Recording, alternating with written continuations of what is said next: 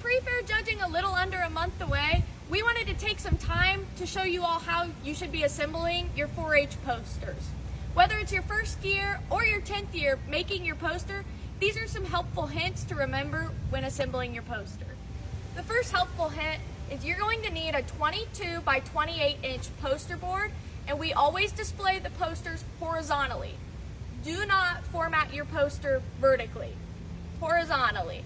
You can buy these foam boards at the extension office with the sleeves for $4 a piece. These will not suffice come fair time because they are not able to stand under their own power. You can buy posters like these to add color on top of the foam boards that you get at the extension office, but you definitely need to have these thicker foam boards when assembling your poster.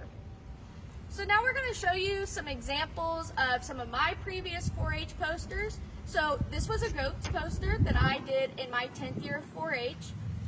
As you can see, you want to have a nice big title that is legible even further from a distance, so that way people know what the topic of the poster is. It can either be at the top, or as you'll see in another example, you can kind of put it in the middle. A piece of advice that I recommend is adding some color if you print out just information on white sheets. As you can see, we've color coordinated some cardstock here. What's really nice, if you have one of those cutting machines where you can make really straight, nice lines, everything that I have applied here is used with glue dot adhesives. So usually we'll put them in each corner. If we start to see maybe corners or other sides coming up, we'll put them further down. But really color coordinating, it's great to have a color wheel when you're starting to decide how you want your poster to look visually, because it is really more appealing to not just the judge, but also the general public that are going to come throughout Fair Week. So this is another example of a 4-H poster. This poster was used for forestry. So again, title, nice big, either in the center of the board or at the top of the board. Most of the titles for your posters you can get from your project manuals. A lot of the posters recommend you do a poster, an educational activity, notebook, etc. based on some of the activities that you complete in your manual that you can get at the extension office. So this was directly an activity from the forestry handbook. As you can see with the cardstock, we went a little bit away from just solid colors on this one and found tree cardstock to put my information on.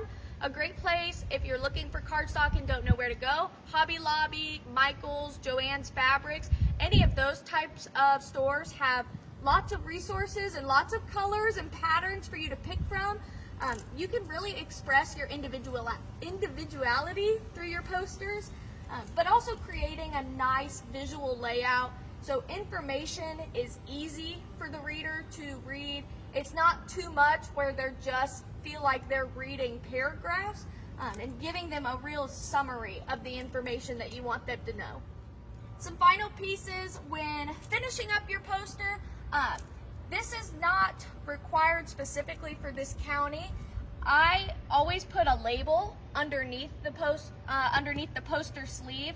That way if it ever got lost, or say your exhibit tag falls off the outside, they still know who it belongs to, your division, your age, etc., the project. But then you'll also put the Tippecanoe County exhibit tag in the bottom right corner. And every single poster board that you do has to have a reference list on the back. You won't be docked based on the format that you use, but you do have to include sources of the information that you got for your poster. The last step is putting your poster board in this nice protective sleeve. This really ensures that everything is going to stay put and that the poster stays clean, that you're not going to get any dirt, any other sort of marks, scratches on your poster, either during transit, during the fair, after the fair, etc. As you can see, these are 3 years old and it looks like they're still brand new. And then one other thing, we do have the judging card. We'll just go over some of the criteria that you can remember while you're putting together your posters. Information accuracy, that's why we include our sources, completeness, quality of workmanship, and eye appeal. So you don't want to just have a random scattering of information. It all kind of needs to flow together, and you want it to be in a way that it directs the reader's attention so they catch everything that's on the poster. If you have any questions for us, feel free to contact the Extension office or your project superintendent, and we'd be happy to help.